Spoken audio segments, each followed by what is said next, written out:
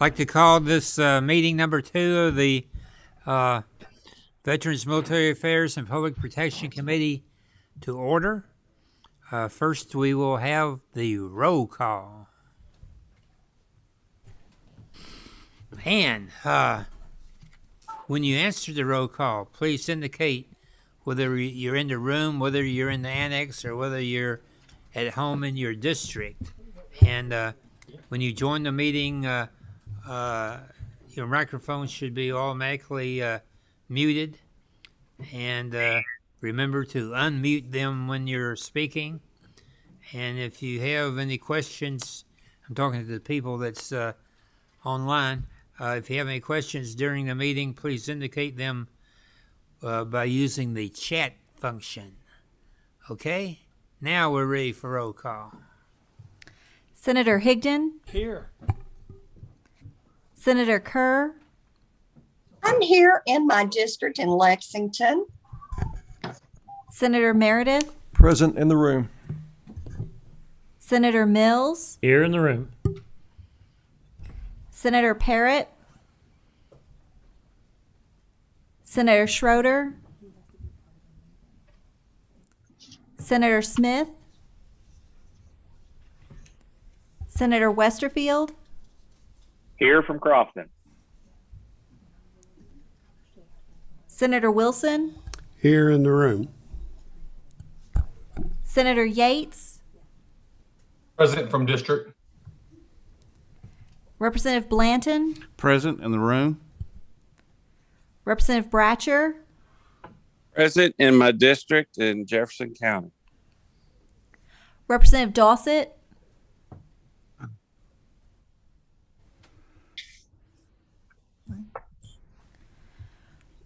Representative Duplessis? Here in my district. Representative Freeland? Representative Fugit? Present from the state of Florida. Representative Gentry? Present in my district. Representative Goforth? Present in my district. Representative Gooch? Present in the room. Representative Hart? Here in the room. Present from the 9th district. Ditto. Representative Koch? Representative Lewis? Present remotely from the 14th district. Representative Maddox? Present in person. Representative McCool? Here in the room. Representative Minter? Present from the 20th district. Representative Sharp? Present in the room. Representative Stevenson? Present in the room. Representative Tackett Lafferty? Present in the room. Representative Wesley? In the room. Representative Wheatley? Here in the room. Chair Embry? Present in the room. Co-Chair Thomas? Present in the room. Mr. Chairman, Okay, I think Representative Cook is watching. He's trying to log in. Mr. Chairman, Yes. this is Representative Dossett. I am present from the 9th district. Good. Thank you, Representative. Mr. Chairman, this is Senator Parrett, and I'm attending remotely from my district. Thank you, Senator. Is there anyone else that we missed?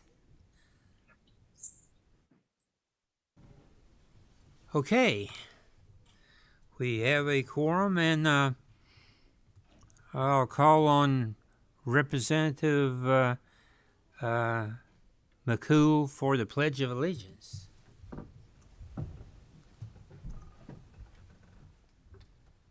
Pledge allegiance to the flag of the United States of America and to the republic for which it stands, one nation, under God, indivisible, with liberty and justice for all. And this is a little unusual. I'm going to call on one of our guests for a prayer. Representative Printy.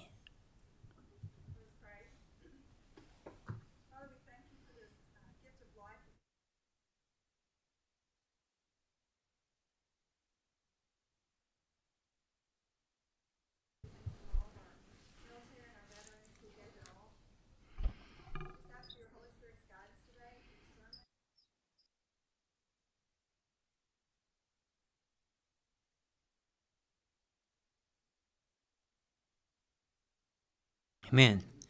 Okay, do I have a motion to approve the minutes? Motion made and seconded. All in favor say aye. Aye. It's unanimous.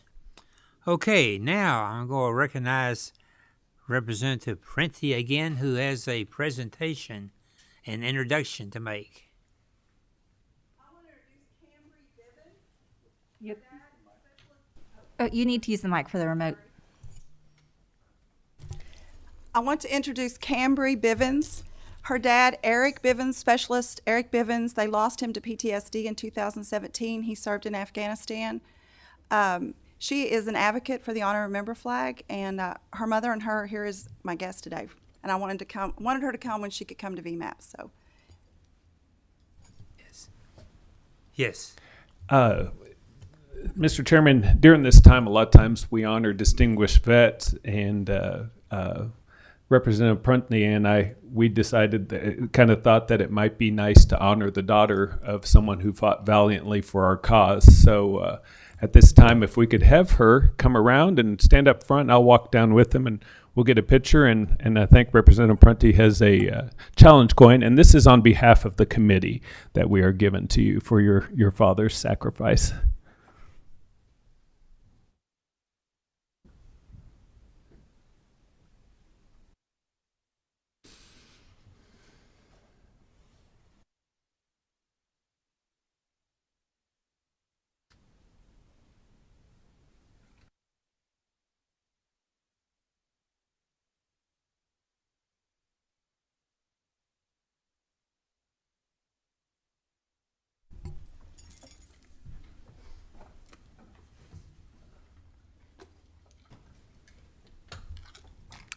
Hi everyone. So today I'm here with Miss Purney.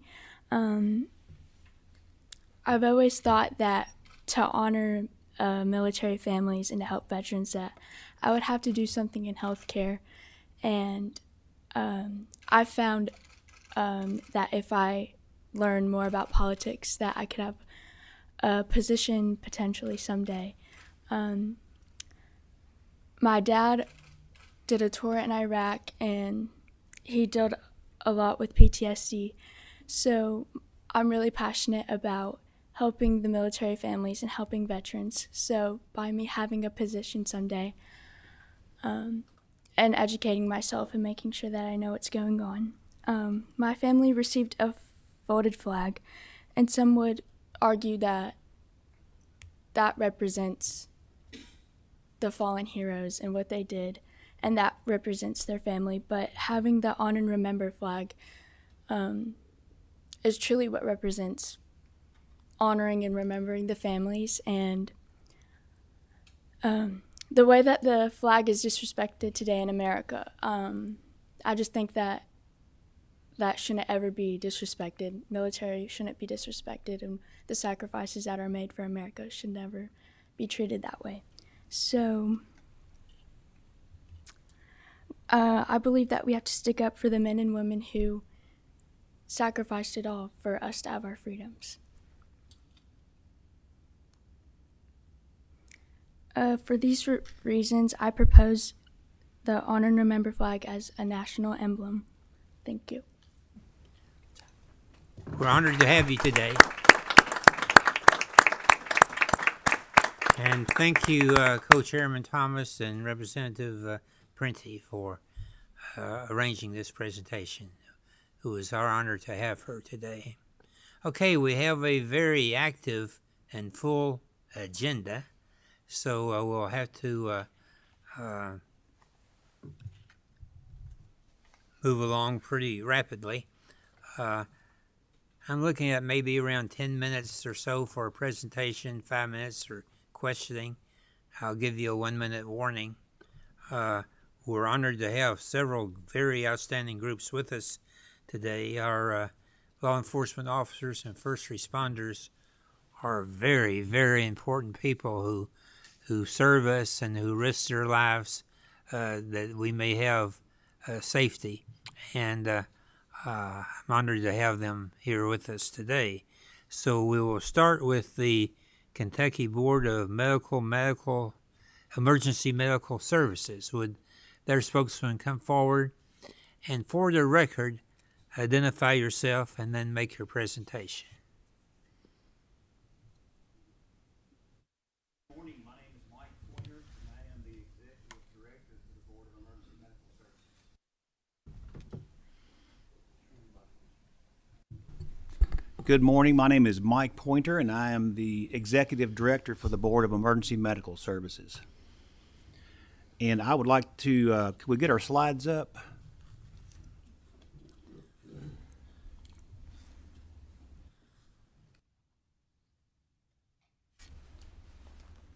I won't touch it or I'll break it.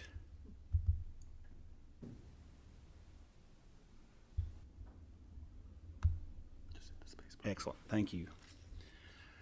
Throughout the COVID-19 pandemic, our EMS agencies have struggled with a multitude of challenges: sick and quarantine personnel resulting in increased workforce shortages, periods of low call volume, reduced revenues, the cost of additional medical supplies shortages and or price gouging of essential medical supplies, inadequate reimbursement to mitigate these additional costs, and the lack of federal funding to support EMS during the pandemic.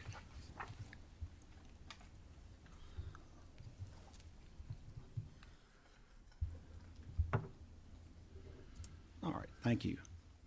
First, I wanted to give you an idea of the assets and personnel that we have in the Commonwealth and give you a better picture of our resources. We currently have 14,816 licensed and certified EMS providers across the Commonwealth, 571 EMRs or emergency medical responders, 9,705 emergency medical technicians, 402 advanced EMTs, 4,138 paramedics, 220 licensed EMS agencies, 1,090 ambulances, 5 fixed-wing or airplane ambulances, and 81 rotor or helicopter ambulances. In April 2020 and in April 2021, Kentucky providers took part in a national survey. This slide shows how the respondents are broken down. So this is our different services across the state. 34% are publicly or county-run, 28% fire-based. We have not-for-profit, we have some hospital-based, and we also have some private for-profit. Last April, the governor gave us authority to make emergency changes to our regulations. One of these changes included the reinstatement of any provider that has ever been licensed or certified by K-Beams to come back at no charge. We were really impressed with the response we got. We reinstated 1,012 providers to help take advantage of this process and help with the pandemic, to come back on the front lines. I wanted to look at the call volume in a couple years period. This is 2019, pre-pandemic. We averaged about 68,303 runs or incidents a month. 819,000 the entire year. That's a lot of runs for a population of 4.4 million. In April of 2020, a survey we sent out, we had a lot of respondents come back and said, yes, we're having a lot of problems with volume. And you can see here in 2020 that in April, we basically had a major decrease of run volume that impacted services across the state, basically about 3,007 less a month. In 2021, it's starting to rebound back. We're actually above our average trends. As of July 1st, we were at 416,000 runs. So that will actually make it over 800,000 if we continue the trends we are now. So that's higher than it was in 2019. The COVID-19 public health emergency continues to have significant financial impact on EMS agencies. Prior to the pandemic, many EMS agencies across the Commonwealth, particularly in rural areas, struggle with finances. Low reimbursement from CMS and commercial insurers, frequently below the cost of care provided, and the lack of funding to support EMS has been a primary contributing factor. 66% of the responding agencies said they have been negatively impacted by the pandemic. In April 2020, EMS agencies were asked if they had applied and received government funding to address the additional associated cost of the pandemic. Over 50% of the responding agencies reported that they had applied for federal, state, or local grant funding but were denied. We asked the same question in April of 2021. Respondents responded with an improved access to government funding. However, the responses indicated that less than half of the agencies applying are receiving government support. December 2020 was our highest number of first responders in isolation or quarantine, with a weekly average of 201 first responders off of the front lines. So total, that if we add that up during the entire pandemic, we had about 1,716 EMS workforce off the front lines, either in isolation or quarantine during the pandemic. 67% of the agencies reported there was a delay in offloading patients due to high volume in emergency departments. So basically what that was, the hospital emergency departments were so busy that it took a while to get the patients transferred from the ambulance stretcher to the hospital bed stretcher. Something that we did find was an increase in communication with stakeholder engagement, with EMS services talking with local healthcare systems, local public health agencies, and regional coalitions. So we did have an improvement in communications. That's primarily due to the pandemic itself. Normally, we wouldn't have that many communications.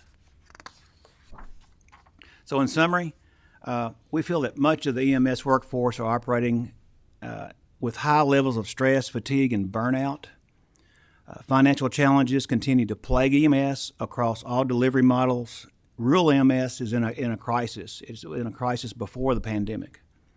We feel that the federal government should review the cost of the emergent, urgent, and preventative care provided by EMS and include reimbursement for treatment in place, transport to alternate designations, telemedicine facilitation, and community paramedicine.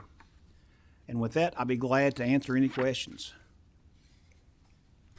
Thank you very much. Do we have questions from members of the committee? Yes, Senator Meredith. Thank you, Mr. Chair, and thank you for the presentation this morning. And just want to commend you and all the frontline healthcare workers. Fantastic job you've done during this COVID crisis. And I don't think the general public understands or appreciates enough the sacrifice that you folks have made, and I appreciate that. And certainly when it comes to rural health care, this is a vital component of it, and I'm obviously concerned about the continuity of services for you folks. One of the things I wonder, though, is have you seen the number of runs, the number of volume that you deal with impacted by telemedicine? And is that something that you all have any conversations about how that may affect you going forward? We are, and we currently have a pilot program across the Commonwealth that consists of a program called Community Paramedicine, and that's where EMS providers are trained in more of a preventative type of treatment, and we're using telemedicine in a pilot program there to try to improve the health care across the Commonwealth. And it's so far the numbers are proving very positive in cost savings. That's interesting. But, usually when you have a cost savings, that's commensurate with their revenue reduction. So is that a double-edged sword for you folks? It is right now because we're not being reimbursed. This is, we're trying to get the statistics together that we can present and say, hey, we can save money, but it's going to take a little investment to do that. The community paramedic program, basically, it's a non-emergent program. It's for chronic health care, people that can't be transported or have ways of transportation to the hospital or doctor's office that we go out and actually make visits to.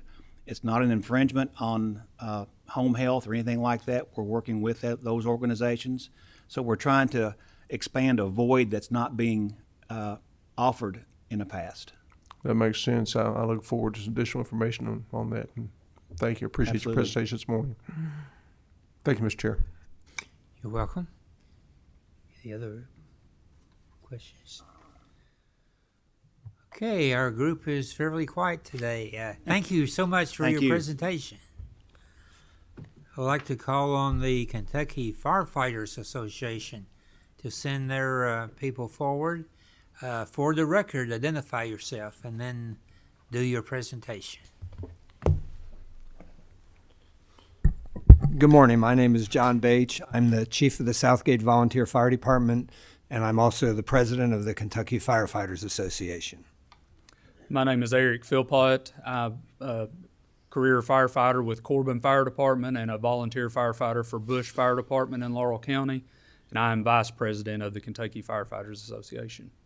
Thank you. Proceed. We appreciate the opportunity to testify before you today about the effects of the COVID pandemic on the fire service. I'm going to mainly address the effects on the volunteer fire service, and Eric will talk about the effects on paid fire service and fire districts. When a firefighter is called to respond to a structure fire or an active shooter situation, that is an extremely stressful situation for him. He's under a tremendous amount of pressure. Fortunately, those runs don't happen very often. It's not like you see on television. We don't go to a big fire every hour or every day. When the pandemic hit, every single run that we made became a life-threatening situation because every time that our responders went on a run, they had the possibility of being exposed to someone with COVID. And if that person exposed them and they got the disease, not only were they affected, but their family members were also affected. So in essence, every run was a life-threatening situation to the firefighter or the first responder and to their family. That put a tremendous strain on the fire service, particularly on the volunteer fire service. Volunteers stopped wanting to make runs. They felt like it was too dangerous. Many volunteers left their fire department because of the situation. They just didn't want to have to deal with it. They didn't want to take the possibility of being quarantined and having to lose work from their actual job. Some firefighters left the department altogether. Many of the volunteers or many of the first responders suffered PTSD as a result of this. Some even took their own life because of it. The stress that caused is something that the public doesn't necessarily recognize. There was a financial cost to COVID to the fire service, and when you talk about financial costs, people usually say, well, yes, you had to buy extra PPE. And yeah, we did have to buy masks and gowns and gloves and sanitizer, and those things are expensive. But the federal government and the state agencies and a lot of corporations pitched in and donated a lot of those items to the fire service. Now, in a lot of cases, it was difficult to fill out the paperwork to get reimbursed for that stuff, but we did get a lot of that back. So while that cost was somewhat significant, it really didn't impact the volunteer fire service as much as the loss of personnel. When you have to replace a volunteer firefighter, it's very expensive. We have to recruit and train new people. The cost of they have to get a physical, which we're responsible for. They have to be outfitted with uniforms and firefighting gear. You can't just say to a new person, go over there and find a coat that kind of fits you. Your fire gear has to fit you extremely well. If it's too big or too small, it can cause you to get burned in a fire. It can cause you to be exposed to hazardous materials. So those costs are very expensive. Volunteer fire departments operate on very small budgets, most less than $100,000 a year. When you have to buy new gear and things like that, volunteer fire departments rely extensively on fundraising in order to do that. But the pandemic stopped fundraising. We couldn't meet with the public. We couldn't hold fish fries or festivals or fill the boot campaigns. So our expenses increased, our membership decreased, and our ability to raise money decreased, which created a major problem in the volunteer fire service.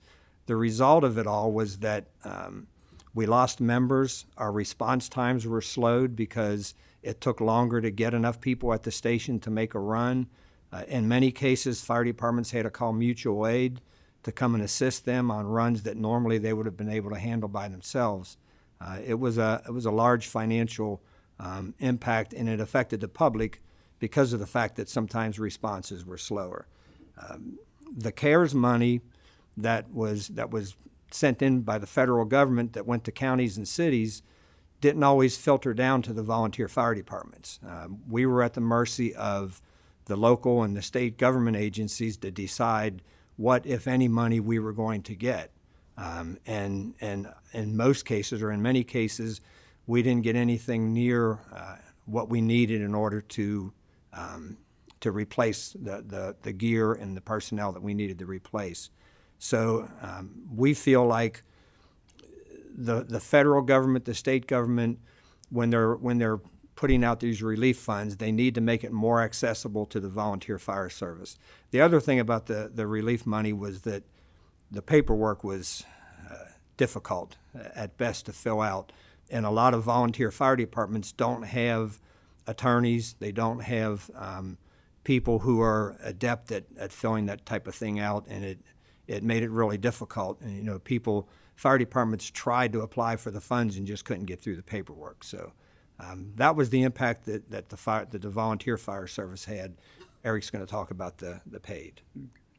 A lot of the same things happen with the paid departments, along with the volunteer departments, with the mental stress that come along with COVID and actually responding to more medical incidents of that risk of catching it and taking it back to our families, much like everybody else had those fears.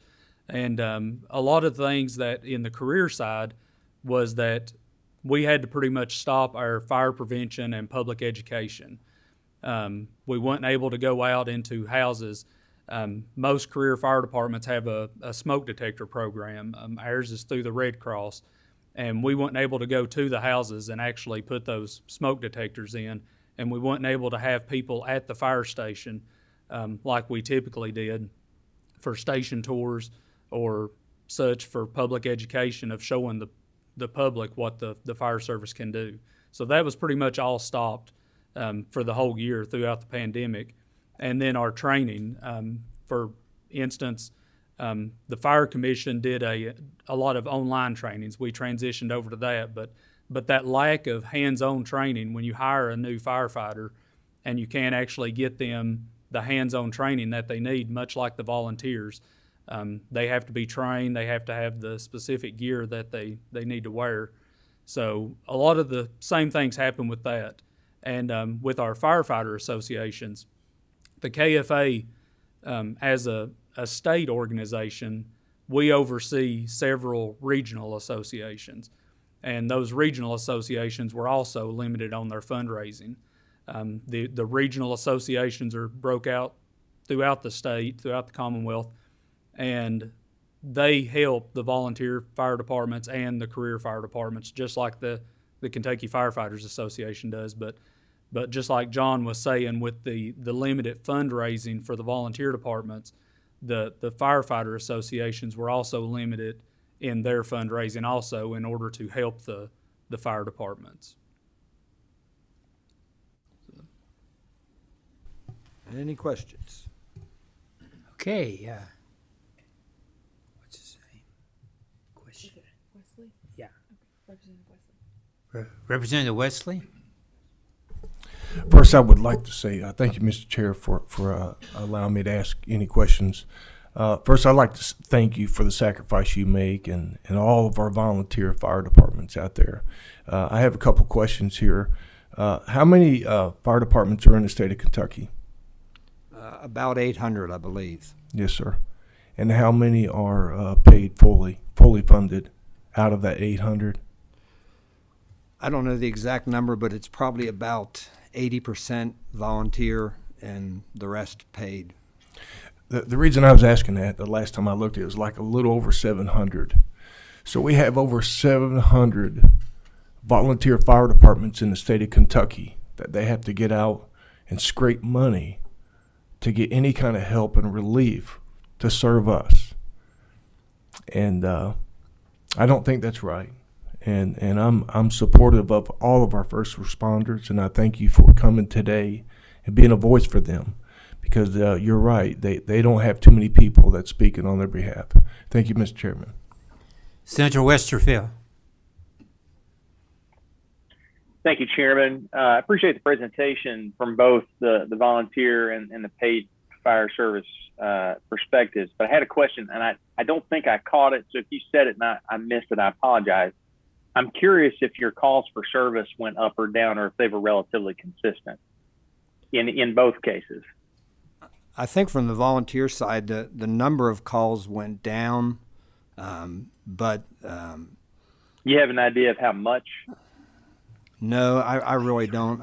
Probably 10 or 20%. At least on my department, we were down about 10%. This year, we're considerably up.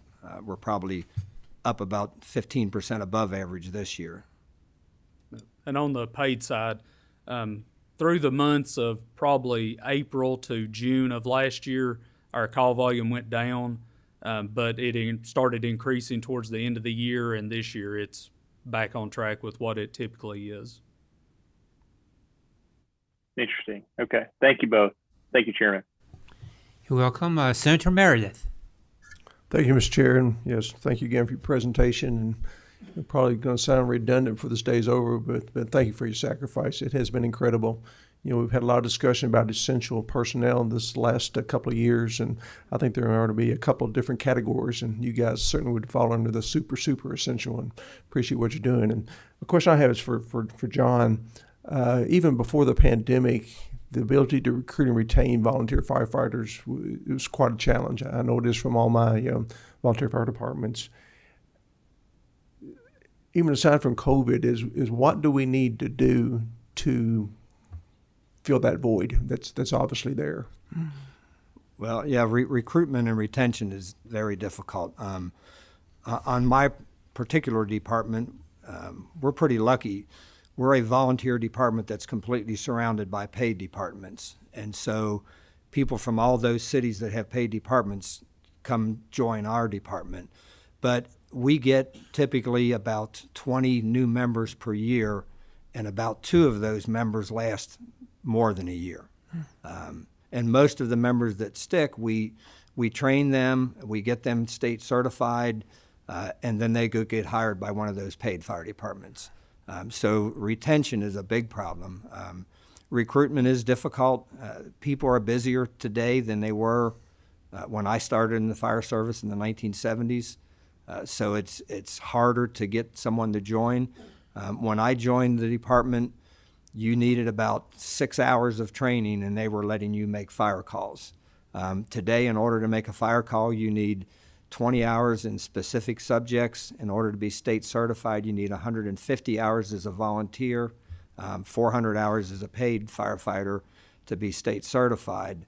And a lot of young people just don't want to go through the time it takes. They think they can join the fire department and jump on a fire truck and go to a fire and run in there and save somebody's life. And it's not like that.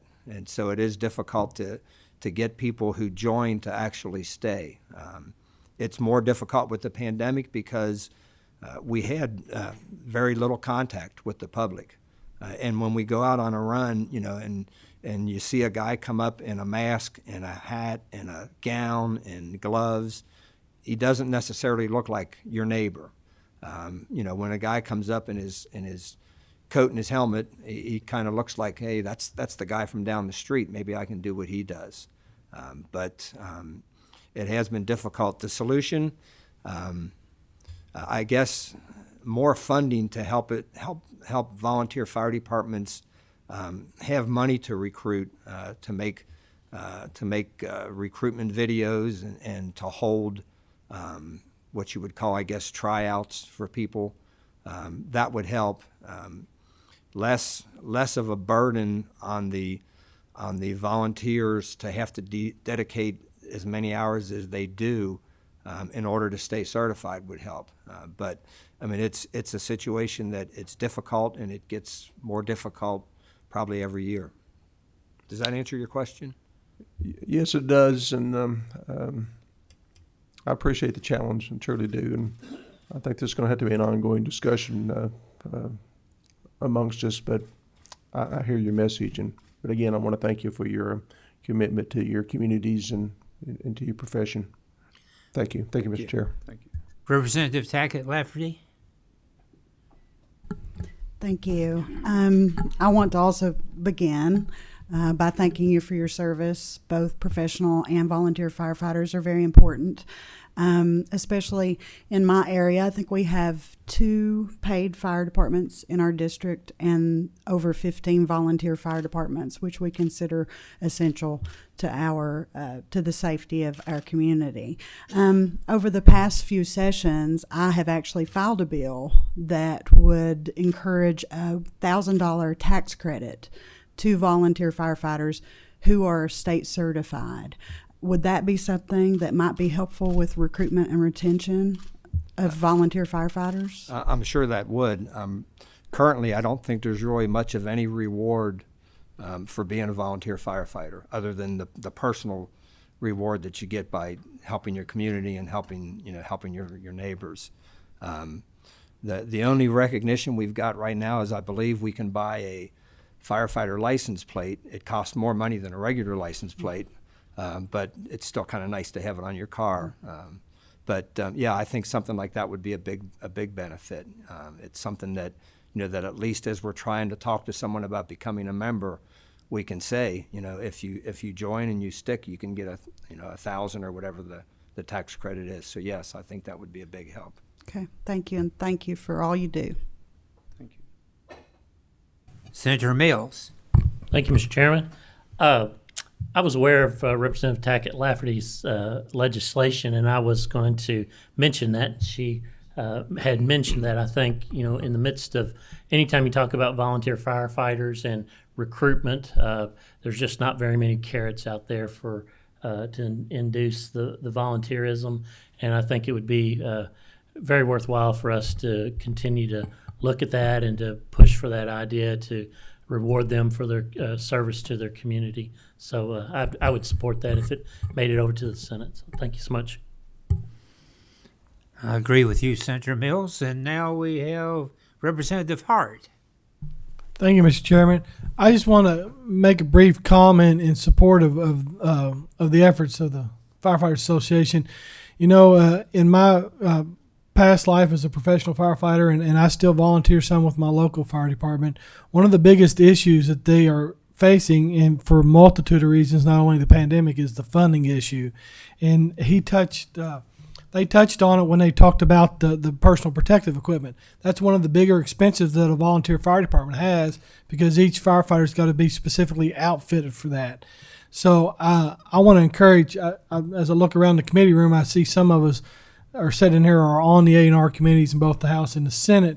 As we start looking at the budget next year, I want to give a big encouragement to see if we can find some more funding, especially for our volunteer departments, to where we might be able to create a grant process or something where we can help not only fund some recruitment efforts, but definitely help fund the personal protective equipment, because without that, they can't even do the job they're willing to volunteer to do. So I just wanted to kind of give a shout out for that.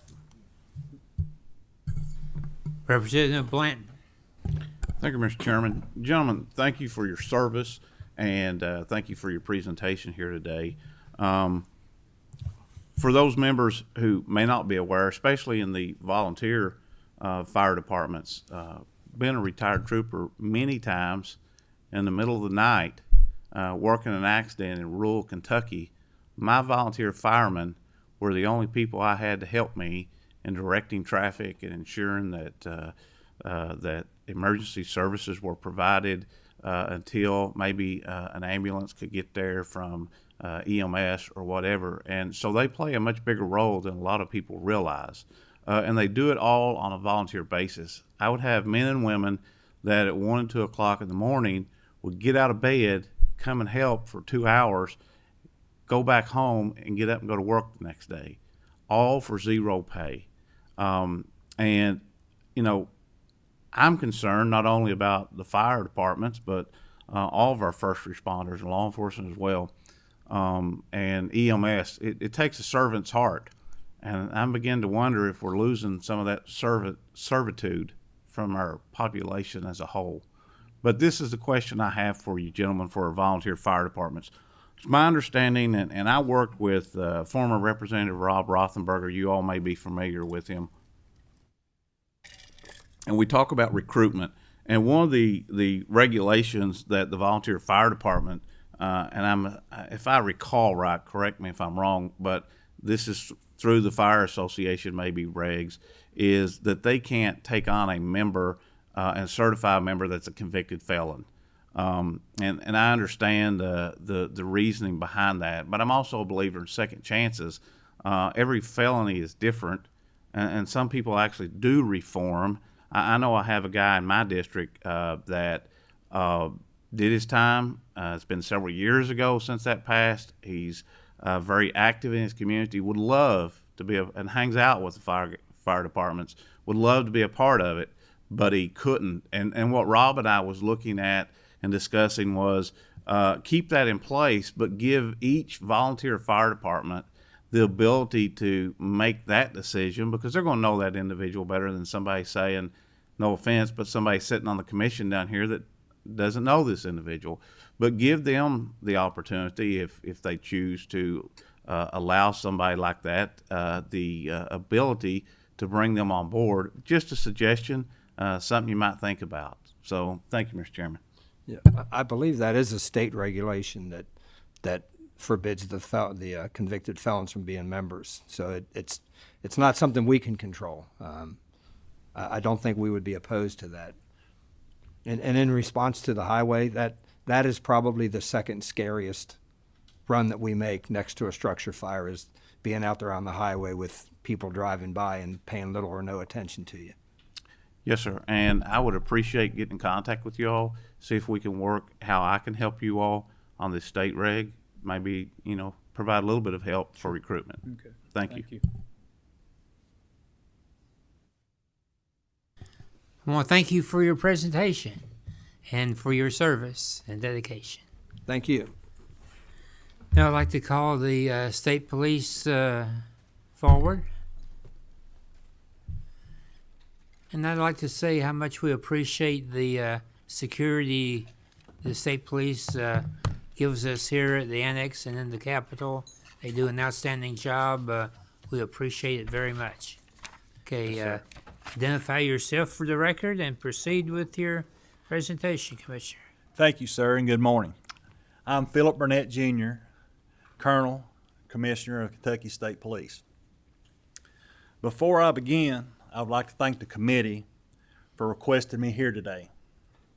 This will allow me the opportunity to publicly acknowledge how extremely proud I am of the men and women of our agency who provided essential services to the Commonwealth during COVID-19, as well as our leaders and our legislatures for knowing exactly what all your state police has done to be a steward of the tax dollars. Their relentless efforts ensured the Kentucky State Police's mission of providing public safety to our citizens in times of uncertainty never wavered. In my 26 years as a Kentucky State Trooper, I have never witnessed anything compatible to COVID-19, and I think it's safe to say anybody in this room could say the same. COVID-19, a 1 in 100 year virus, has taken the lives of thousands of Kentuckians and affected everyone in some form or fashion. The unknown about COVID-19 especially last year, presented unprecedented obstacles to our agency, sworn and civilian ranks alike. The majority of our personnel continued to provide essential in-person services during the pandemic. Some were altered, but most were not. Teleworking in certain positions was and is a good method to continue services. But for much of our agency, that simply was not an option. For instance, our telecommunicators still had to travel to their post locations, their respective post areas, and answer citizens' calls for assistance, to include 911 emergency calls, 24 hours a day, 7 days a week. They had to physically be in that seat along with other telecommunicators in their dispatch areas. Our troopers and officers continue to respond to domestic disputes, physical assaults, homicide, sexual assaults, vehicle collisions, death investigations, officer-involved shootings, pockets of demonstrations, reckless drivers, and all the other types of assistance and duties needed for the safety of our state. Our commercial vehicle inspectors maintain the operations of our scale facilities to deter unsafe motor carriers from operating on our highways and sacrificing the safety of the motoring public. Our driver's test examiners worked diligently to provide in-person testing for Kentuckians so they could receive a license that were needed for the delivery of goods and other occupations. Despite the backlogs from the initial days of COVID, they continue to work tirelessly to assist those in need of a license. Even our maintenance personnel, who vigilantly worked to keep our KSP office spaces sanitized so such duties could be performed as safely as possible. All of these duties and functions during the worst pandemic of our lifetimes. During the early days of COVID, personal protection equipment was somewhat scarce across the country and areas around the world. Our personnel were provided as much PPE as possible to safely conduct their duties, but the unknown of what may happen to their health if they contracted the virus as well as their co-workers weighed on our personnel. No doubt the fear of possibly transmitting the virus to one of their family members was constant, but they continued to work without hesitation. To be one of the premier law enforcement agencies, you must be able to adapt and overcome adversity, which we certainly have. Our troopers, officers, and civilian personnel modified traditional duties during COVID to assist with a variety of tasks. Some of those include, we provided a security presence for 30 days at approximately 90 hospitals across the Commonwealth in rural areas. That did not include Lexington and Louisville. We planned, set up, and monitored traffic and crowd control at approximately 25 COVID-19 testing sites throughout our state. We maintain a consistent presence working side by side with other state partners at the State Emergency Operations Center to navigate Kentucky through this pandemic. We provided extra patrols to business over a 30-day period to 839 retail establishments that were not open. Troopers and officers monitor these locations for property damage and unusual activities. We provided extra patrols to grocery and home improvement stores and other box-type stores throughout the state that were deemed essential businesses to monitor for traffic and crowds due to potential stress of obtaining such items from these establishments. We utilized our 16 posts across our state as a personal protection equipment drop-off site. This is a result of the huge outpouring of citizens of Kentucky wanting support to provide PPE to essential workers. From there, our troopers from those 16 locations transported them to Frankfort to a central repository. From there, they were packaged and redistributed out across the state for essential workers.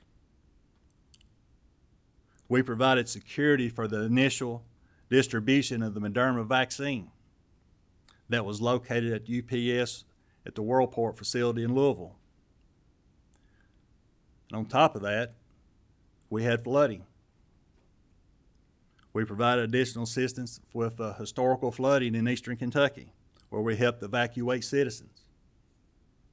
We provided additional assistance to those severely affected by the ice storm, where our troopers would deliver medication and food if needed. And we also provided additional resources to the state capitol, as well at those demonstrations, as well as other areas of the state. Even our academy staff were at historic lows on trooper levels, so we knew it was imperative that we continue with the scheduled academy class. They were able to complete that class with 45 graduates for our 100th class, all while in compliance with CDC health regulations. Our Trooper Island staff, our public affairs branch, everyone's familiar with Trooper Island, how children look forward to that camp. We were not able to hold it in person. As a result, they came up with a virtual camp for campers to be able to attend virtually. And I can go on, but these are just a few of the highlighted events KSP was involved in during COVID-19, especially during the year of 2020. What makes these duties I've just described even more significant is the fact that they were performed in historic low manpower levels in our trooper ranks. The fact that we are operating at over 25% reduction in sworn troopers to do what everything we did and are doing right now is a credit to men and women of the state police. Dealing with the events has made the KSP more resilient, adaptive, and prepared for similar types of issues for the future, as long as we can continue to retain and recruit a qualified workforce. The key to that is significant pay raises to be competitive with other agencies throughout Kentucky. That's our agency's primary focus, and I, as well as our executive command staff, will put every effort into doing so. I want to thank each of you today for allowing me to recognize our agency personnel for their unwavering efforts during COVID-19. I hope all Kentuckians, as well as our legislature, is proud of our Kentucky State Police Force. I know I am. Thank you, and I can now take your questions. That 25% shortage, what does that translate in numbers? Is it a couple of hundred, or what is it? Yes, in 2006 we had 1,009 troopers.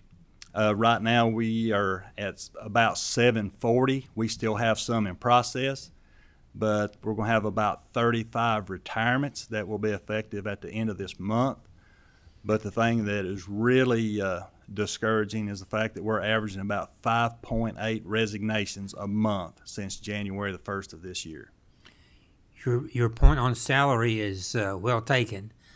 I'm aware of how we average with the other state troopers nationwide, and we're toward the bottom. So yes, we certainly need to address that. Okay, Senator Higdon has a question. Commissioner, thank you for being here today. And Thank you, sir. Welcome. I guess someone had a crystal ball way back when they give the Kentucky State Police took on the slogan, "The Thin Gray Line." Your numbers are certainly there, but I do want to commend you on your professionalism and dedication of your officers. I think that has gained them great respect throughout the state and here at the General Assembly. You know that. I want to thank you for that. And of course, we understand that salaries and being being short of numbers is a major problem. I want to float an idea that I floated yesterday, and I've been talking to some folks about.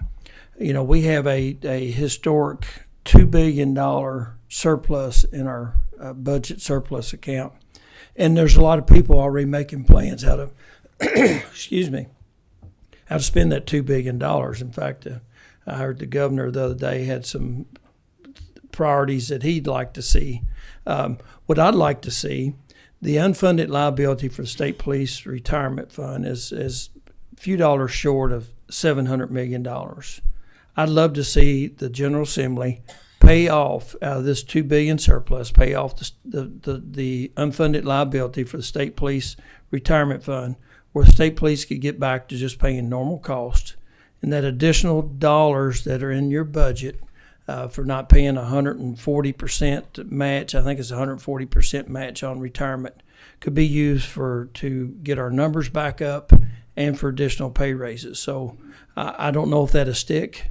My reasoning is kind of the Dave Ramsey approach. And if you ever listen to Dave Ramsey, he'll say pay off the smallest debts first. When we look at pensions, the state police pension liability is the smallest one.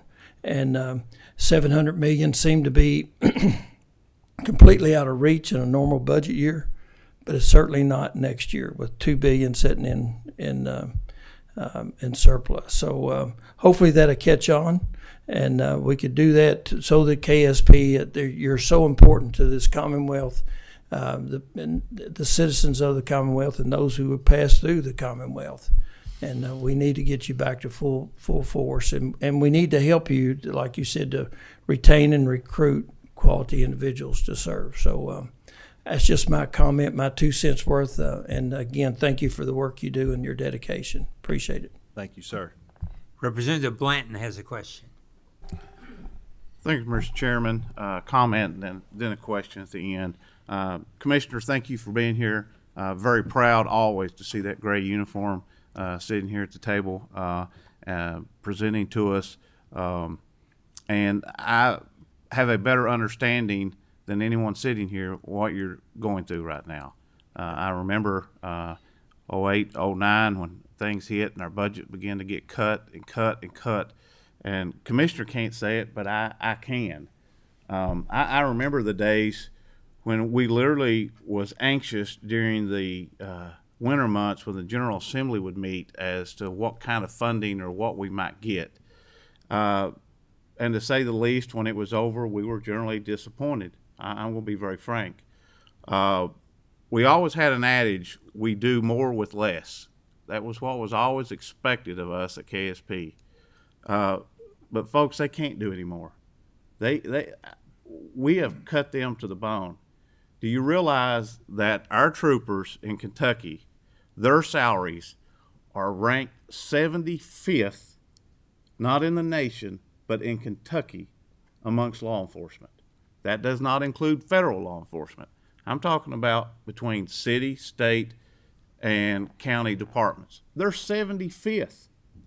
They should be in the top 5. Commissioner's talking about the 5.8 a month resignations. I would almost be willing to bet the farm that those are people resigning and going to other agencies that's paying them more money. It's time that we either live up to our obligation to take care of these people or not. And it's not just the troopers. It's the dispatchers. This is civilian employees as well. And they can't do anymore. You heard the list of the things the commissioner said they've done. People, especially in the rural areas of Kentucky, they depend on these guys and gals. to be there, no matter what. They're not worried about budgets. They're not worried about all these other things. During COVID, they didn't care. They knew when they picked up the phone and they called, they expected a trooper to be there. And you know what? They were. They were. And we, as the General Assembly, have to get behind them. I agree with Senator Higdon. We got to hit this unfunded liability. Been doing some figuring. Right now, for us to give $1,000 per trooper pay raise, it's going to cost us over $2,000 because of this unfunded liability. We've got to get that paid down, but we've got to get that salary down into that top 5% range in order for us to retain these troopers when we get them. The other thing that we're facing, we're living in a day and age of a lot of animosity towards our law enforcement. Well, the fact of the matter is, and these people that has the ideology of defund the police, you're not thinking clearly. The reason they use that argument of defunding the police is because of a few bad actors. And I can tell you, nobody hates a bad police officer more than a good one. They despise them. They don't want them in their ranks. But if we continue down this slippery slope of no longer properly funding them, properly paying them, what we're going to have to do as an agency, as a profession, is we're going to have to lower our standards. That means we're going to have to hire people that we would not hire before. And when you do that, you know what you're going to get? You're going to get more problems. You're going to get more abuse by bad actors that would have never been in those positions had we properly taken care of these people. We're headed down a slippery slope. Don't blame them. They're doing everything they can. Don't blame the profession. Blame the ones that's not making sure they get the tools they need to do the jobs they need to do, and make sure they get the best people to do it. And so I'll get off my soapbox on that. I do have a question for you, Commissioner. During this time, we've had a lot of shutdowns. That means a lot of people have been left at home together. And I know what we've always experienced when we hit in the holidays and families are gathering. Have we seen an uptick in domestic violence during this past year? We have seen an uptick in all crimes except for arson. Thank you, Commissioner. I think that stands for itself. Thank you, Mr. Chairman. Thank you, Representative Blanton. Your points are very well taken. Okay, Representative Sharp has a question. Thank you, Mr. Chairman. And Commissioner, I appreciate you being here today, and I respect everything that you do. Thank you, sir. And as a retired special agent, I cannot agree anymore with Representative Blanton's assessment of what's going on. One bad actor can wipe out a whole lot of goodwill that we've all done in our careers. A couple questions I have here real quick is, what is your authorized strength right now? The last model that we actually go by was 1,070. 1,007? It's 1,070. Okay. And how many do you have currently? I understand it's 740? It's about 740 now, yes, sir. And how many are eligible for retirement? We have those 30. We'll probably have about another 150 that'll be eligible to retire between now and the next retirement cycle, which will be next year. So we're looking at 180 folks? Yes. Okay. So that'll bring you down, if my math is even close, to about 50% strength. Well, the 30 is the ones that I'm taking at the 740, so you can take those out. So about 150, yes. Okay. Well, that's still takes you down to close to 50% strength. Yes. Do you have any plans on, let me back up. What is the recruitment status of new troopers? Right now, we plan to run a class in October, and we can start that with around 90. As of right now, we're still having background investigations come in, but we have the possibility to be able to draw from 110 applicants. So we have a higher attrition rate, sometimes 30%, 35%. So we would hope if we have people that would drop out of the curriculum on the first week that we could backfill. But typically the past few classes we've graduated has been in the 40s.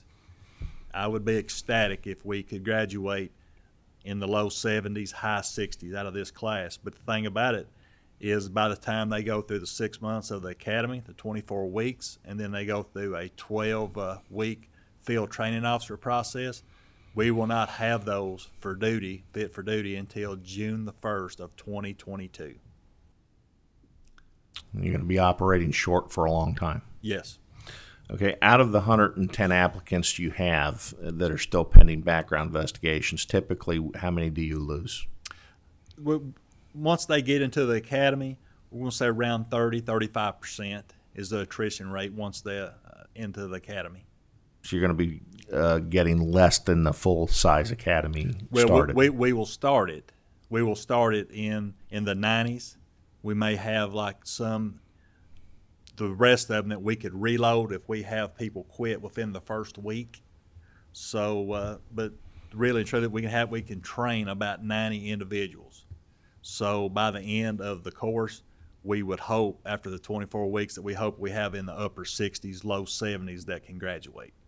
Out of the last class, we had 45 that graduated. That was cadet class 100. And that was, you had 90 start and you had 45? We send out 93 conditional letters of employment, but only when they showed up for reporting day, I think it was about 84 that showed up for that class.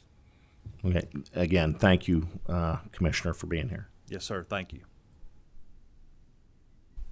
Okay, our time is starting to hurt us some, so we need to wrap this up. But I have two more questions. Senator Meredith. Thank you, Mr. Chair. Not a question, but just a comment. I want to thank Senator Higdon for his suggestion about the paying off the pension. That makes sense. But, unfortunately, that's not going to solve our problem. That just buys us a little bit of time. And I know all of you have been attending numerous committee meetings since the interim started. And then we have a central theme here. Everybody needs more money, and it's truly a crisis situation. We're blessed that we have as much care as money coming in as we do, but again, that's just going to buy us time, not going to fix the problem. And we all know the problem. It's that we don't have enough tax revenue. And I'm not advocating for raising tax rates on people, but we have to recognize that 50% of the income in this state is not taxed. We got 40% of our working age adults that are not contributing to the tax base. They're probably receiving a good percentage, receiving entitlement payments. So we have a very small percentage of our population are working men and women that are carrying the full tax burden for the state. Now, from a political standpoint, we know we're not going to repeal those tax exemptions. It's just not going to happen.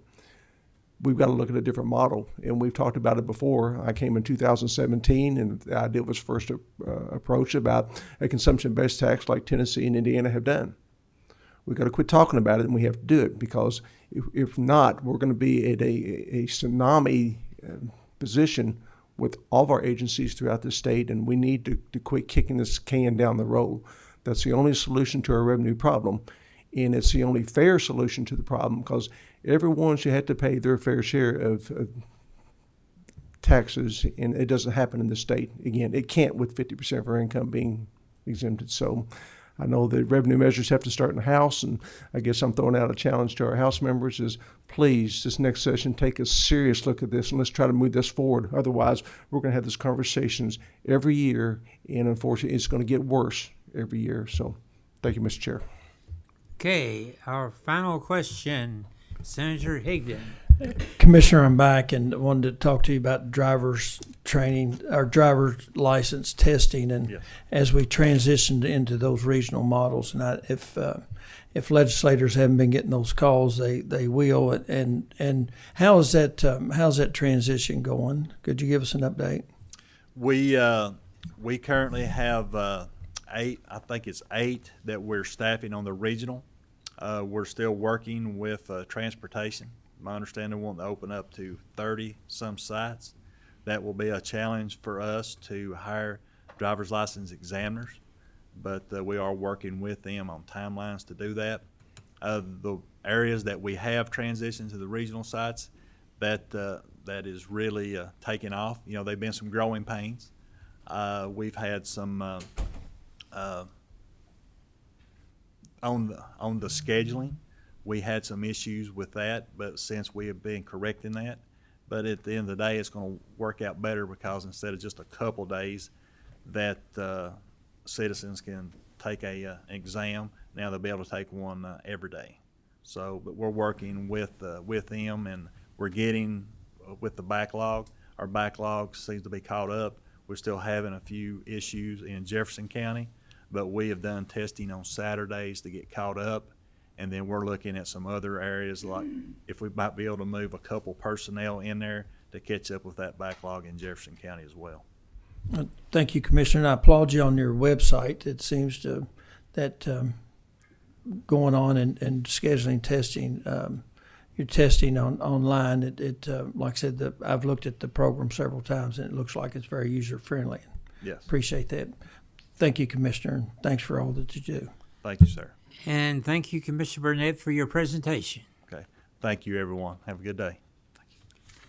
Now I'd like to call on the representatives of the Kentucky Association of Chiefs of Police. Come forward, identify yourself for the record, and then proceed with your presentation. Good morning. My name is Todd Kelly. I'm the police chief in Ashland, Kentucky. I'm also an executive board member of the Kentucky Association of Chiefs of Police, KACP for short. Mr. Chairman, I'm Patrick Crowley. I'm the legislative agent for the KACP. Thank you for having us today. It's our understanding that the committee is interested in our testimony on two main issues. How the COVID-19 pandemic and social justice movement have impacted law enforcement activities, duties, operations, and practices. Let me first start with remarks on COVID. Like with other individuals, organizations, and professions, the COVID pandemic had a tremendous impact on law enforcement, and frankly, we still have concerns. While our officers have continued to be out on the streets doing their jobs, our offices remain closed to the public. And like others, we are concerned about the number of cases that are rising in parts of the country and in the Commonwealth due to the Delta variant of COVID. But there are lessons to be learned from how law enforcement was impacted during the initial 2020 COVID outbreak. Again, I can't say enough about the courage and commitment law enforcement officers displayed during the crisis.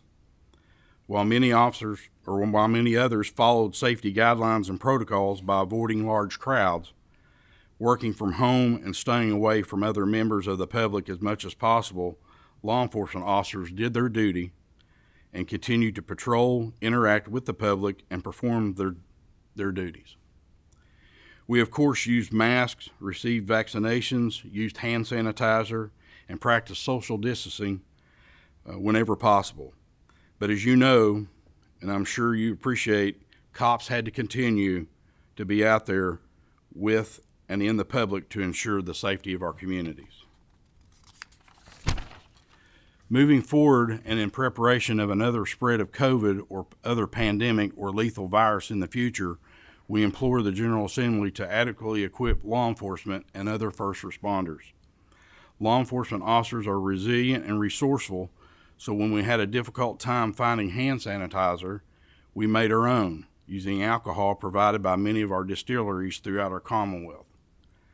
And we had civilians, officers, and others, and many more in our communities using sewing machines to make masks. I must point out that some of the PPE we received from what I assume were state stockpiles were very poorly quality, and with some materials dry rotted and unusable. Now, we do understand in the state's defense, no one was fully prepared for the pandemic, but we hope that this becomes a learning moment and that attempts are made in the future to stockpile PPE in the event of a spike of cases in the current pandemic or future virus outbreaks. Regarding social justice, our departments have worked incredibly hard to navigate the changing perceptions of law enforcement by some members of the public. As I mentioned in my remarks about COVID crisis, we put our heads down and do the jobs we're hired to do. But times have changed, particularly on the national level. The murder of George Floyd increased the scrutiny of law enforcement. No one deserves to die like that in the street, especially at the hands of police officers. I can tell you that I and fellow officers were disgusted, disturbed, and outraged as anyone who watched Mr. Floyd die on the video. But I will also tell that painting all law enforcement with a broad brush of suspicion, mistrust, and anger is not the answer to social justice in our country. Calls to defund the police are as outrageous as they are ridiculous. If anything, we need more funding for training, salaries, benefits, and resources in this state, not less. We also firmly believe that social justice debate is largely a national debate, often co-opted by those with an agenda to unfairly demagogue and attack police. Your local police must rise above this noise and continue to respond to calls of service. And we know that most of our public appreciates that. I'm firmly convinced that people know that the concerns and situations happening in some department is not happening in their local community.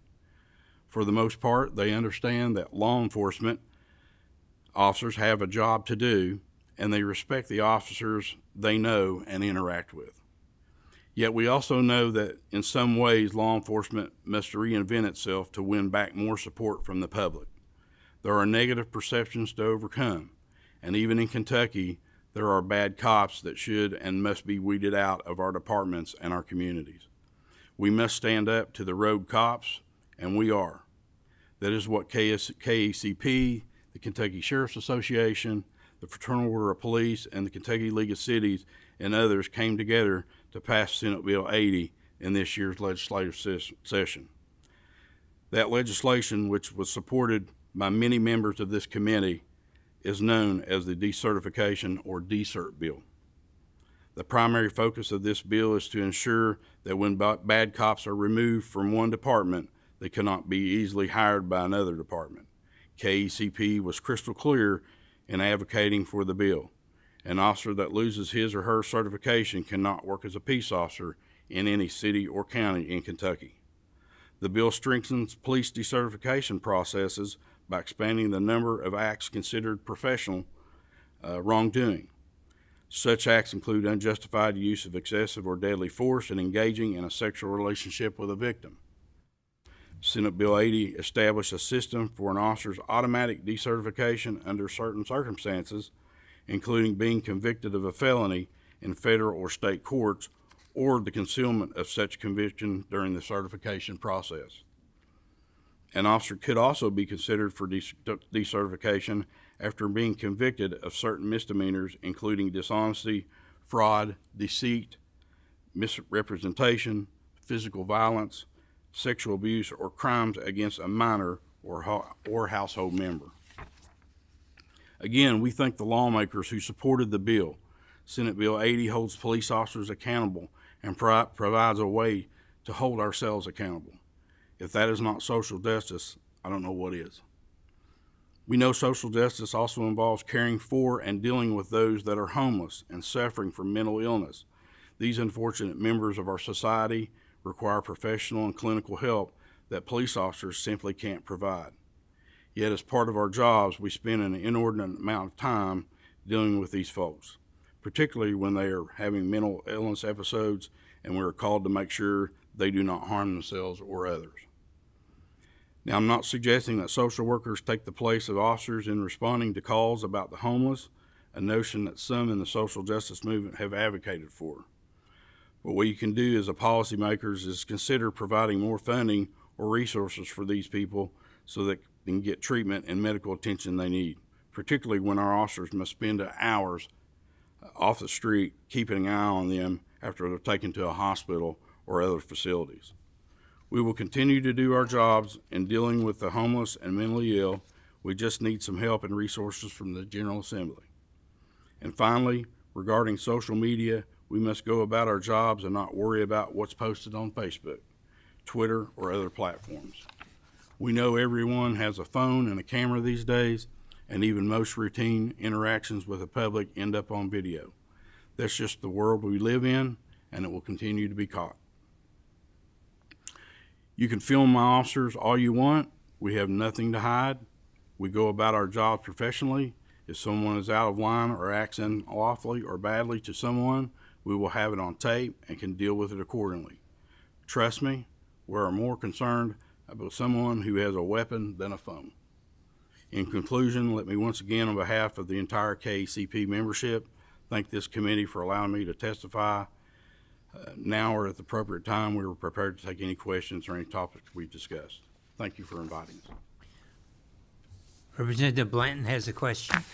Thank you, Mr. Chairman. Chief, Mr. Crawley, thank you for being here today. Same question to you, Chief. Did you see an increase in domestic violence during this shutdown period? Yes, in the local realm of law enforcement, we did see increases, and including with issues with those challenged with homelessness and mental illness. How about child abuse? Those cases had a particular interest throughout, not only my area but in the Commonwealth because of the lack of ability to get into schools and activities around other adults. Is that a yes that you see an increase? Yes. Thank you, Chief. Thank you, Mr. Chairman. Do we have any further questions? Okay. Proceed. Thank you, Mr. Chairman. Chief, I really appreciate you being here today. Are you experiencing any recruitment issues for your department? My department and many across the state. Okay, so this is an ongoing problem. What is the strength of your department at this time, authorized, and what do you have on hand? I'm currently authorized for 48 in Ashland, and I'm currently short 3. And in November, I have an opportunity to add 2 more, which will bring me to 5 short. Okay. And how many on your department's eligible to retire? We have several, but there's no numbers that have, given me any indication that they are going to retire at this time. That's good. And that could happen any moment. And I know you got a great department there. I see them all the time. Thank you, Chief. Thank you for your question, Representative Sharp. Okay, now we have a question from Representative Tackett Rafferty. Thank you. My question actually stems from my oldest son has chosen a pathway of law enforcement. So I've been looking into the education and training involved with our law enforcement agencies, and I noticed that that recruitment has been difficult recently, and I have a question, and maybe you can educate me on this. In order to get into, I believe our KSP, you have to have a recommendation from a police agency. Is that correct? You already have to be sponsored by an agency and be an employee there, and then you are sent to an academy. Okay, so we don't accept anyone right out of high school who's just wanting to, or right out of college, something to that effect, who's wanting to go into law enforcement? That's correct. Okay, and is that something that you think would affect, as Representative Blanton said, you really, you don't want to lower your standards at all. Do you think that that type of standard, do you think that's essential in making sure we get quality officers, or do you think that's something that the agencies may be open to exploring? I think that the education process is very important to understand what you're getting into in law enforcement. I still think you need to go through an agency, be vetted properly through both KRS and administrative regulations that are set forth by the Kentucky Law Enforcement Council, and getting a certified police officer. So the way it's set up now, I think it's to get the best of the best. Okay. All right. Thank you. Okay, we're going to need to move along, but we'll have a final question from Representative Blanton. Thank you, Mr. Chairman. I think it's a clarification, so that we understand. Law enforcement in Kentucky is governed by the Kentucky Law Enforcement Council. Yes, sir. Okay, and then we have what's known as the Department of Criminal Justice Training. They train most all law enforcement in Kentucky, with the exception of KSP, although KSP does do some aspects of their training in conjunction with DOCJT, along with Louisville, Lexington, and now I think Bowling Green. Yes. So he could come straight out of college and go to KSP, but if he goes to other agencies, he has to be hired by that agency to get into DOCJT the way the system is set up. So if that clarifies your question, because all the others require a sponsorship, if you want to call it, being hired by that agency to get into DOCJT. So I'm hoping that's clarifying your question. Okay, that'll work. Thank you, Mr. Chairman. Okay, thank you very much for your presentation. Thank you. Now I'd like to call on our final group, the Kentucky Fraternal Order of Police, and I look forward to this one. I'm a former FOP member myself. It's a good thing, Mr. Chairman.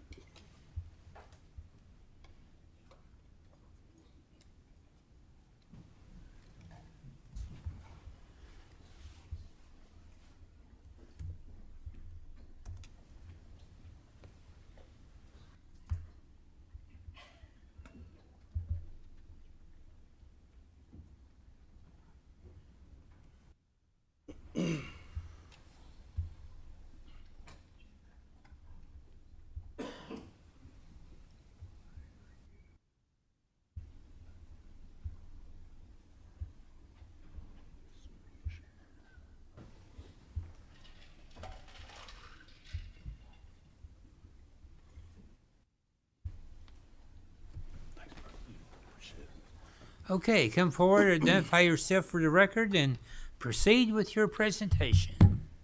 Chairman, co-chairman, members of the committee, thank you again for another opportunity to come and testify. And on behalf of the 10,800 members of the Fraternal Order of Police and our entire executive board, we do thank you again for this opportunity. We don't take that for granted. My name is Ryan Straw. I'm the Governmental Affairs Director for the state FOP. I'm also our elected chaplain, and I'm a 17-year law enforcement professional. I prepared a short presentation both on COVID and social justice, and I will start with the COVID piece first.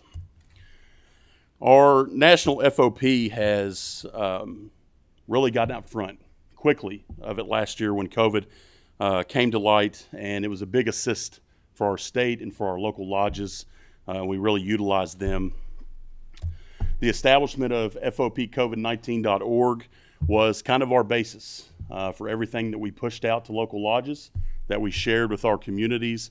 It was a one-stop shop for what other states were doing, what our state was doing. It was constantly updated with numbers specific to law enforcement and also specific to the communities as well. We took into account officers who continued to serve in dangerous conditions, not just because of COVID, but also their families when we were pushing this information out. Like all the heroes who served in hospitals and facilities, to the folks that were working in restaurants and ensuring that we all had some of the creature comforts we looked for, law enforcement officers were still on the front lines, as well as keeping our communities safe, but sacrificing their own time and health of their families. Coming home and taking your uniform off, locking your gun belt away, FaceTiming your spouse or kids to tell them good night, and then going and laying in a cot or a separate bedroom away from everybody else was reality for our members and all law enforcement in the country. I think if you look at the numbers, clearly COVID has not spared law enforcement at all. As of yesterday, we had 507 law enforcement deaths attributed to COVID-19 considered line of duty. In our state alone, we had 6. That's 6 more too many. And if you look at the Officer Down Memorial page, and if you've never been on there, I encourage you to do it. It's odmp.org. It lists 2 of those officers from our state. On November 19th of 2020, Officer Martez Hughes of the Louisville Metro Police Department, and on December 26th of 2020, Special Deputy Sheriff Lee Daniel Mann of the Breathitt County Sheriff's Office passed away because of COVID. I serve as a local president of the Louisville Metropolitan FOP Lodge number 32, and I will join the other 7 presidents in Jefferson County later this year as we place Officer Hughes' name on our memorial.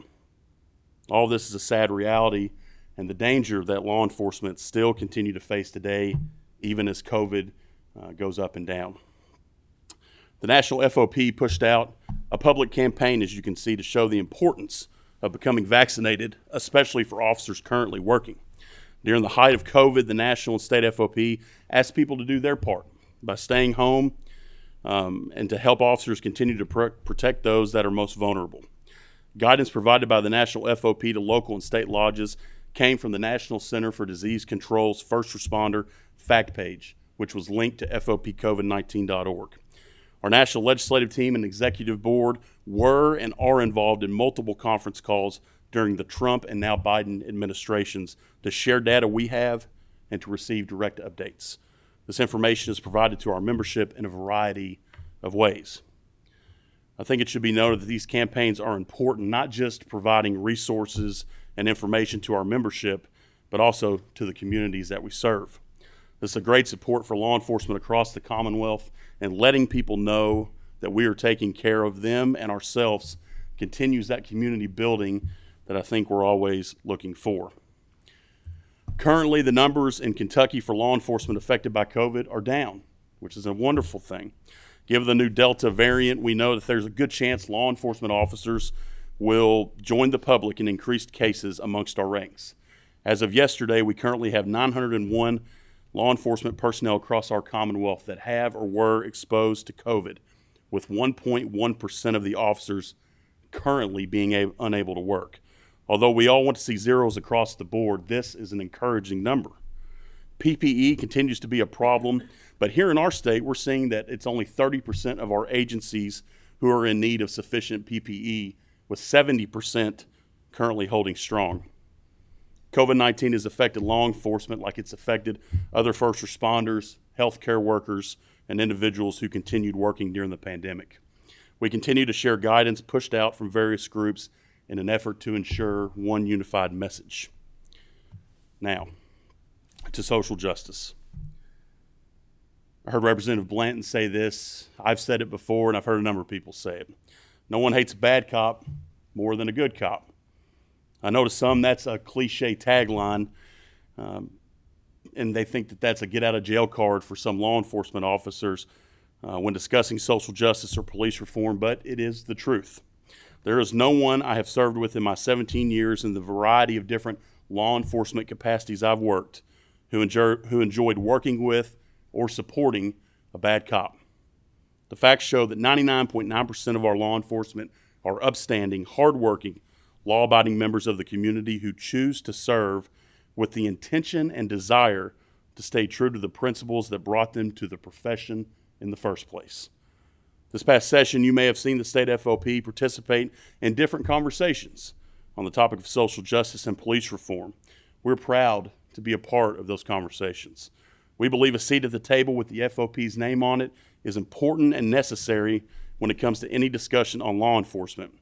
These opportunities, like the one here today, are cherished because we know how much support we have in this legislature, and the chance to share our goals with you is not taken lightly. There have been criticism across the country and in this state about police unions and organizations being reluctant to embrace police reform. Our responsibility is to provide the best quality law enforcement we can. We have agencies who get it.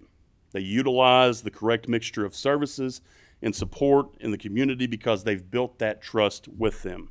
We're not against discussions nor good fact-based reforms that ensure our citizens feel safe and protected. We willingly come to the table for that. I do want to say this. Education on both sides of the table are important, but more important than that are those fact-based discussions and not ones where rhetoric and narratives take center stage. The theatrics of those conversations does no organization any good and only exacerbates any problems that each of our groups believe are there. We've proven it in the past year that we will talk to anyone and listen to anyone who wants to have these kinds of conversations. Our National FOP President Patrick Yo shared this statement during an interview last year with NPR after meeting with President Trump and several AGs, including ours here in Kentucky, Daniel Cameron, at the White House. This quote, I think, is important. You're talking about the National FOP President.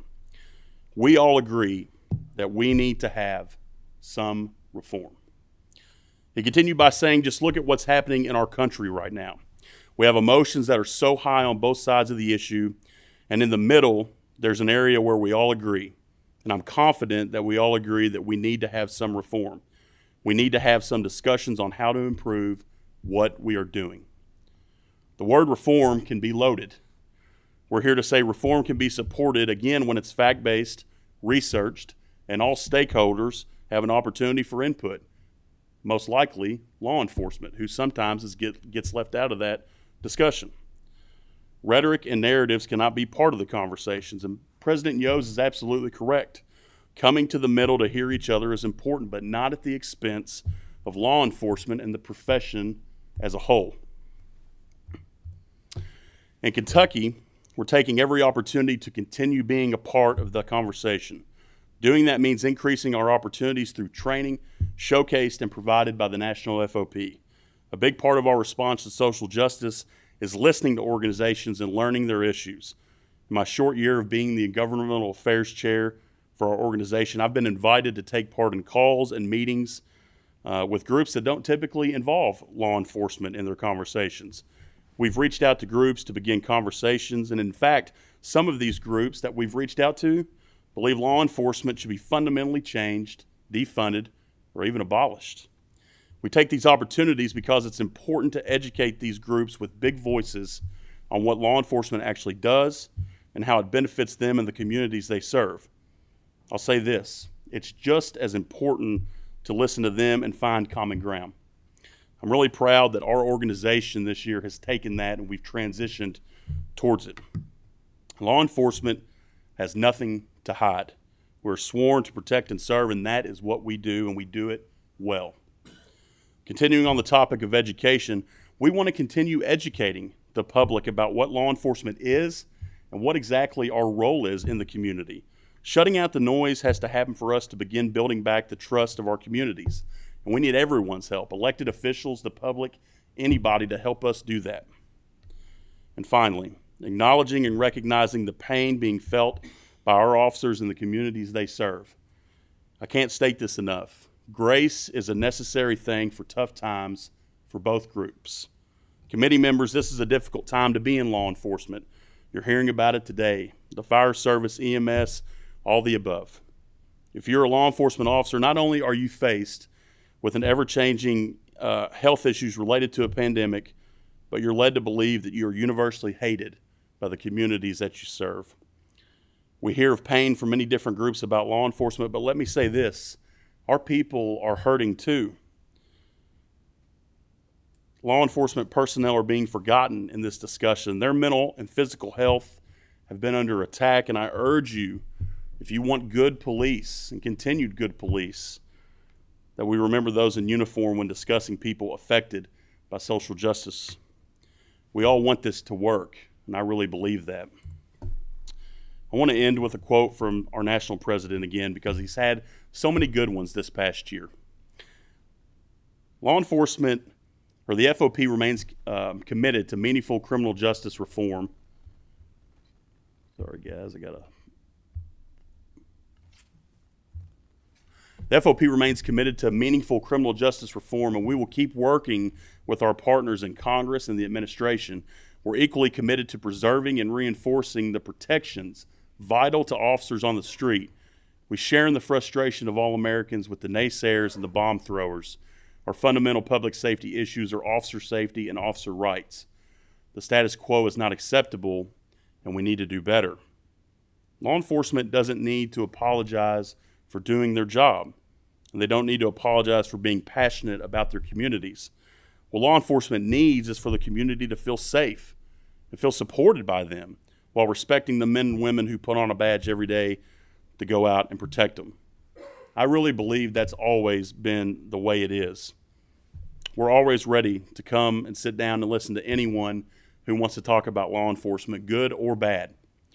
That's because everyone in this room and in our state is a stakeholder. But all groups, including ours, have to be ready to accept facts. We work for you and our communities, and it's a true honor to do so. Thank you again, Mr. Chairman, co-chairman, and members of the committee. I'll stand for any questions you have. Thank you, Mr. Chairman. First of all, Ryan, let me thank you and the FOP for your efforts that you've been putting forth and encouraging the officers for getting the vaccine. I encourage you all to continue that effort. For those that are reluctant, maybe suggest to them because look, we're living in a very divisive time, and there's a lot of conspiracy theories out there. If they don't trust what they're hearing, go see somebody in the medical profession they do trust, get their advice on it. I think they're going to hear they probably should get them. So, but appreciate the effort thus far. Please continue to do so.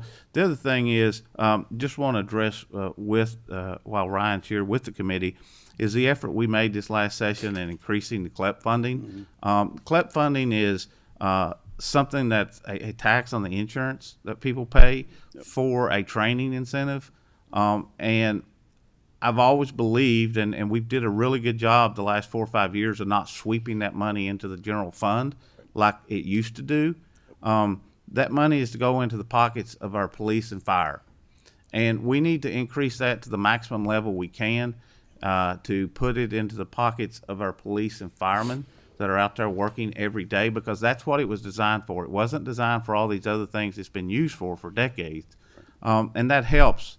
People may be surprised that, number one, every one of us legislators has a constituent that is in law enforcement. So every one of us is going to have a constituent that's going to benefit by this increase without raising any taxes. Right. Secondly, some of our smaller departments, you may be surprised, are paying minimum wage to maybe $10 an hour. I know a local sheriff's department, they pay $10 an hour for these folks.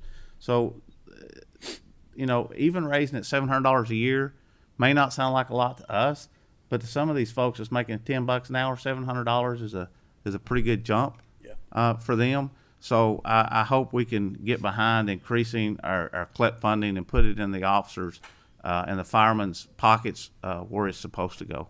Thank you, Mr. Chairman.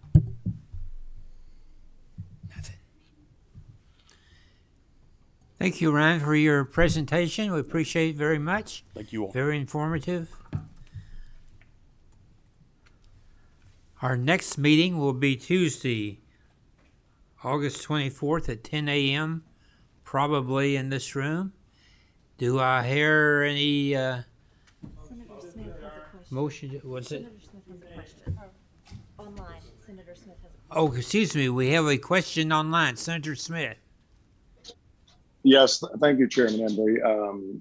Actually, as I heard them speak there at the FOP, it answered the question I had, but just listening to it, you can tell from his voice that these men and women that serve us feel like they're under attack. And to sit here and have my years of service and know how many times we've called on them to be there for us, I just want them to know that as your senator in the eastern part of the state down here, we support our men and women in blue.